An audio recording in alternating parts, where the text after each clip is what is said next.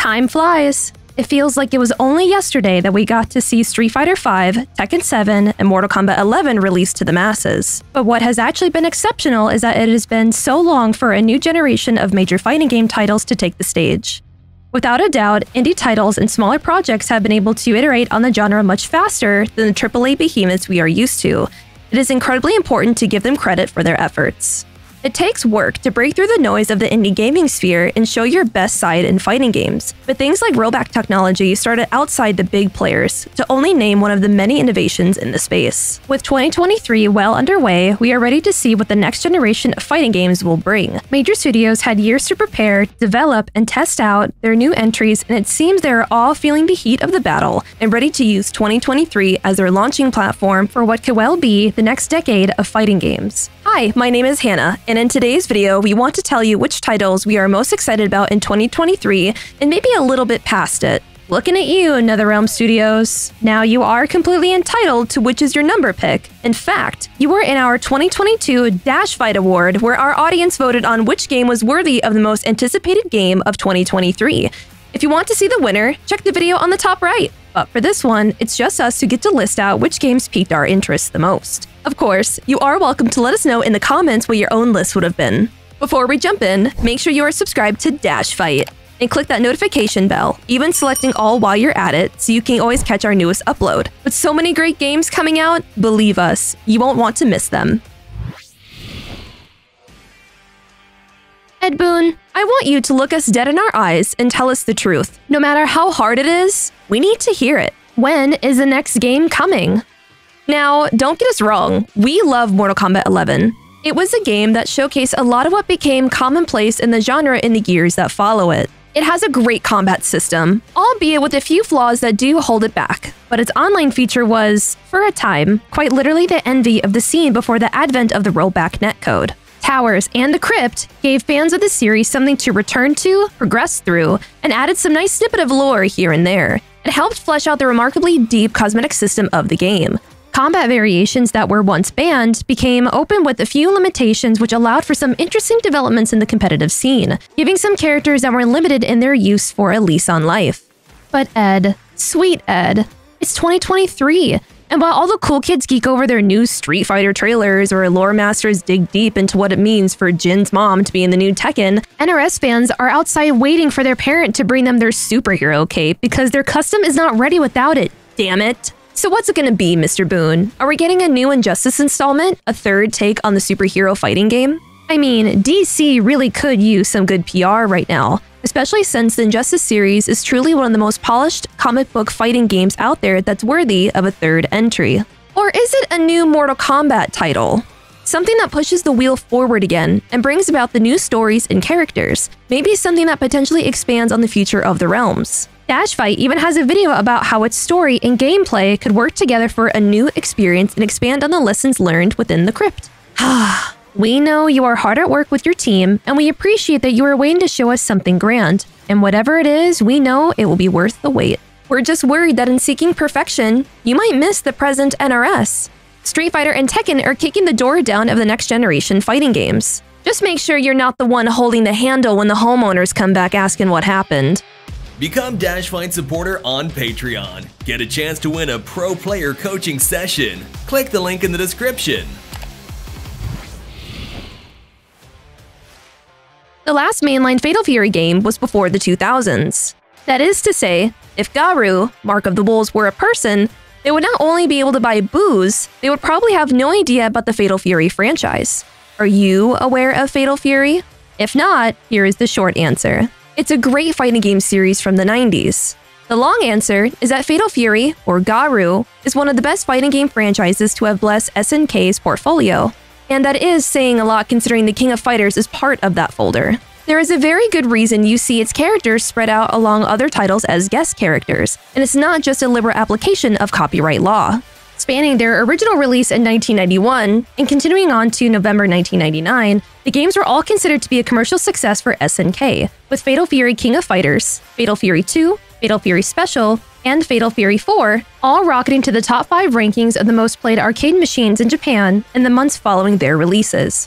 But among all of them, it was Fatal Fury 2 and Fatal Fury Special that most people would remember fondly. Both of these would play a key role in refining the gameplay of the series and introducing long-lasting characters. Individually, they might be harder to play for contemporary audiences, but that is exactly why people are excited about a new entry into the series. Yes, it was just a teaser from last August, but that was more than enough to pique the interest of those from the older generations of fighting game fans. Those who played their first matches in the low darkness of the arcades, where the flashy and poppy Neo Geo stood proud among the other machines flashing its Fatal Fury red logo with the impossible-to-miss SNK watermark of quality. Hey now, before you go check that YouTube progress bar to see if you're at the end of the video, we're about to go into Street Fighter 6. Now, you might be rightfully confused or even upset to hear that we've placed other games ahead of Capcom's latest entry in the franchise. Give us a chance to explain.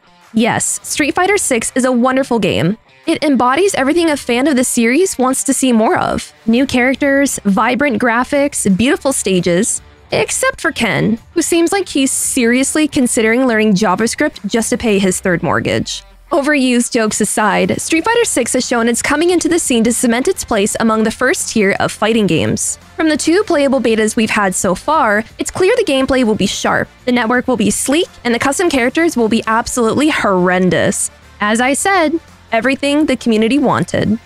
Although we may not have a complete picture of the single-player campaign yet, from what Capcom has communicated, it will be a great little RPG treat in between fist fighting, allowing us to explore the world of Street Fighter. And that is to say nothing of the competitive community. CEO recently announced it would be the first major to host a Street Fighter 6 bracket, and we cannot wait to see it. The game might give another FGC title they can probably showcase a mainstream audience as an example of the brilliance that is found within the community. But here comes the turn. It's all safe, and that is good in the grand scheme of things. It means that fans know what to expect, it means that the organizers can start preparing for it, communities building their resources, and well, for us here at DashFight to start thinking about what type of content you will want to see as soon as the game releases. But in the context of upcoming titles, playing it safe is also something that holds us back a little for us. It might be a generational divide, but it's clear that Street Fighter has grown past its experimental roots. Even though that is for the better, it allows the developers to focus entirely on what makes Street Fighter great.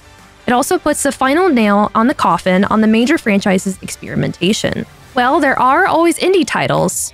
Or perhaps... A few years back, Riot Games announced they would develop a wide set of new games and media. At the time, projects all featured a letter stating what they were about. For example, its first-person shooter, Valorant, was one project announced. And these days, it is a widely popular shooter with a competitive scene that rivals out of the other contemporaries. Project L came from the same cloth, an idea to bring the League of Legends characters into the world of fighting games. The game was originally unveiled in 2019, so we are almost 5 years into its development, and yet no release date has been in sight. This is not to say we know nothing of what's been happening behind Riot's development doors. Even in their sparse development blogs and videos, we can see that they've been using the past few years to develop a robust fighting game engine with all the features fans expect out of a brand new AAA game. We know the road had not been smooth either.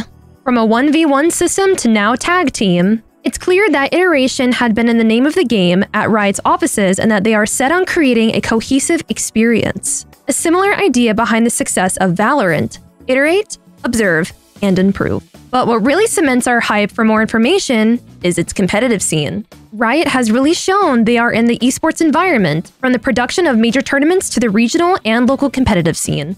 A Riot rep can almost always be found in all corners of their esports scenes. With how vital the local and regional scenes are in fighting games, the prospect of a Riot-led push to bring Project L to the forefront of these spaces is exciting.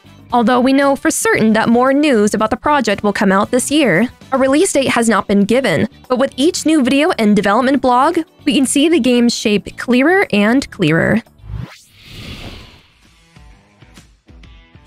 Tekken is an amazing franchise with a history that rivals Street Fighter and Mortal Kombat. But something sets it apart from the rest of the games on this list. Tekken continues to be the premier of 3D fighting games.